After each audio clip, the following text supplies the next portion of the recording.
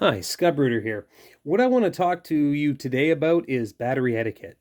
I have a new project coming up where I need to tone out some telephone lines. I know even in 2024, this is still a thing. I use my Tempo PE 930 to kind of test those lines out, but it really doesn't matter what device or test equipment you use. Things like this require old traditional battery types, unlike newer devices that use a lot of lithium ions. And it doesn't matter if it's, a toning probe or a tone generator. All of these batteries will eventually fail. Like I even use standard batteries in my label maker. Like so let's take a peek right here.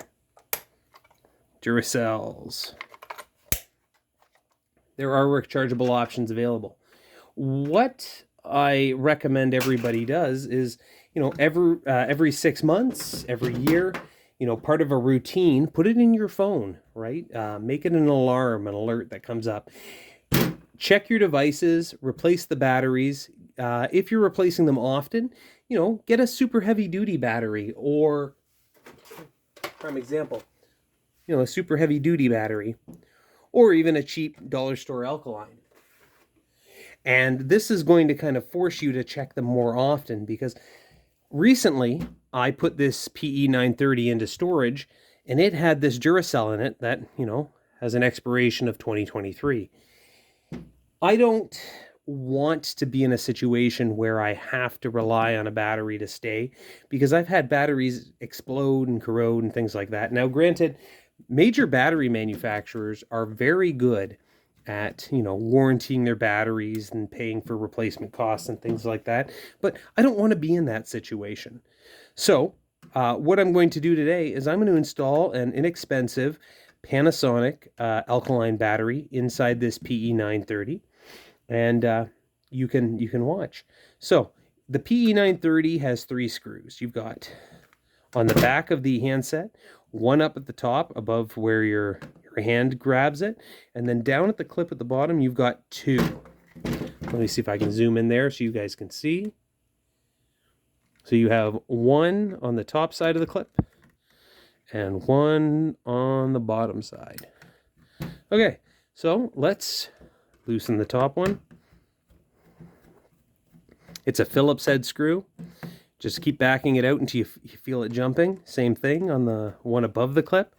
Keep backing up until you feel it jumping. Lift the clip up and back up until you feel it jumping. So we should be able to pull this right off. Ta-da-da! And you can see my contacts nice and shiny because I conduct good battery etiquette. So let's put in a Panasonic alkaline battery.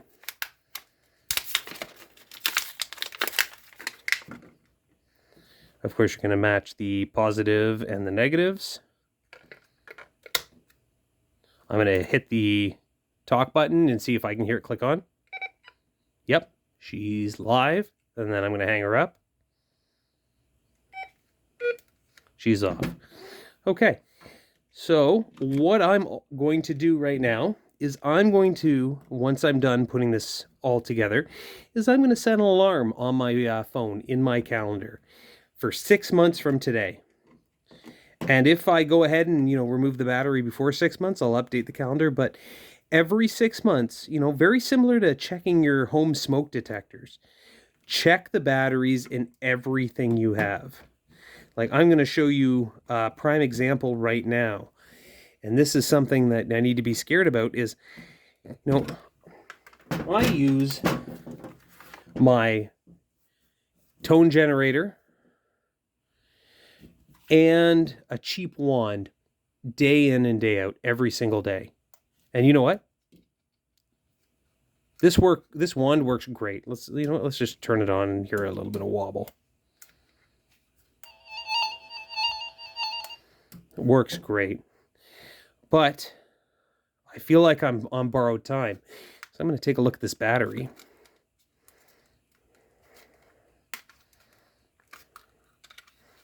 Rayovac. That's a great battery. They're a very good company. They warranty their stuff. But let's take a look there.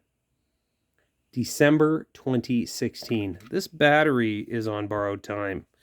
Now, Higher voltage batteries last a little bit longer. If this was like a C, D, A, AA, AAA, you're on borrowed time. So this battery here needs to come out, because if it doesn't come out, it's gonna spell disaster. Now, granted, this wand cost me $25, $35 tops, and it still has lots of voltage. Now let's, you know what? I've got you guys here right now. I'm just gonna take a look at this. I'm gonna pull this battery, and I've also got this 2023 Duracell.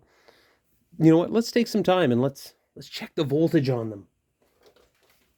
Because yes, if they're not used, or if they're in a low draw device, like a wand, it doesn't take a lot. It's a coil and a speaker. Okay, let's just see here. Okay. So let's take a look at this 2016 Duracell. Now the year is 2024 now, so this is an 8-year-old, correction, this is a battery that expired 8 years ago. And of course, you know, going back to your etiquette on 9-volt batteries, the wide end with the hexagon connection is your negative. The small circular end is your positive. So I'm going to touch the probe on the negative. I'm going to touch the probe on the positive. And of course, this is a 9-volt battery. So let's see what it's running at. 8.9 volts. That's low. That's low. But, you know, the probe still works because it's a very simple device. Let's take a look at this Duracell that expired last year, March of last year.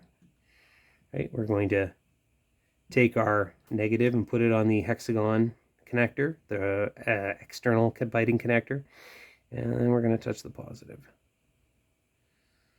Whew! This Duracell battery is much lower. This one here should have probably been properly disposed of a long time ago. So I'm really glad I took it out of my Tempo butt set, because, you know, when you're getting down that low, the batteries are going to start leaking. And check out, and I'll probably have to make another video. If someone else has got a video and you want to link it in the comments showing the construction of what's going on inside, I'm going to give you a spoiler right now, though. Duracells and quadruple A, that's 4A batteries, have some similarities. If you know anything about them, let us know. Well, if you have any comments about, you know, proper battery etiquette, or what you do when it comes to maintaining the batteries in the devices you use every day, comment, share, like, give me some links to your videos. I'm definitely going to want to watch them. Once again, Scott Bruder, look at that, servicing Southwestern Ontario. And have yourselves a great day. Thank you. Bye-bye.